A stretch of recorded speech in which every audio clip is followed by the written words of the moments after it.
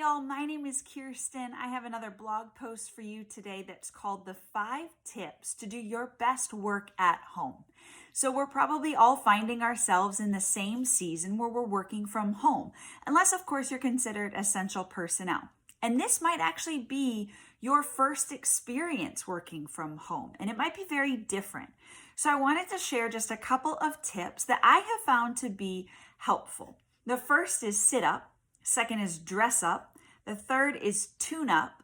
The fourth is boundaries up. And the fifth is develop. So the first was sit up. The first couple of days, I actually made the mistake by sitting in the comfiest chair of the whole house. And after a couple of days, I started to notice, oh man, my neck is like so painful and knotted. And I realized that this just was not going to be successful for the long run. So I would encourage you to sit at a kitchen table or something that can just create a desk-like environment for you.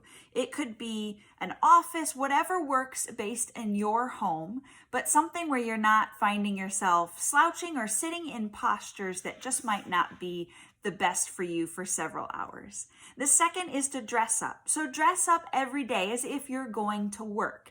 The goal is to try to create some normalcy in abnormal times, right? So stick with some of the routines as best as you possibly can. The third is tune up. So try to eliminate some of the constant noise between the text messages, the emails, social media, the news. It can be a lot of background noise. And just because you have a notification go off doesn't mean that you have to immediately respond in that moment. So work through setting up parameters that work best for you and for your family. And speaking of parameters, let's talk about boundaries. Boundaries up. Setting boundaries is going to be crucial in this season. And here's why. Just because you can work from home doesn't mean your work should consume your home. And that'll be really hard. For some of us, if we have free time, we're like, oh, I could get some more emails done. And that's what we're going to need to fight against, because our weeknights and our weekends, it's all starting to blur together.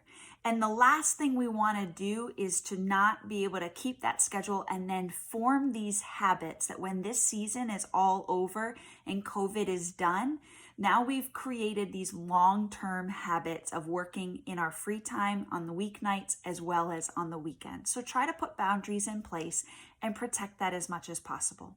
And then the last one is develop. So be intentional with your time.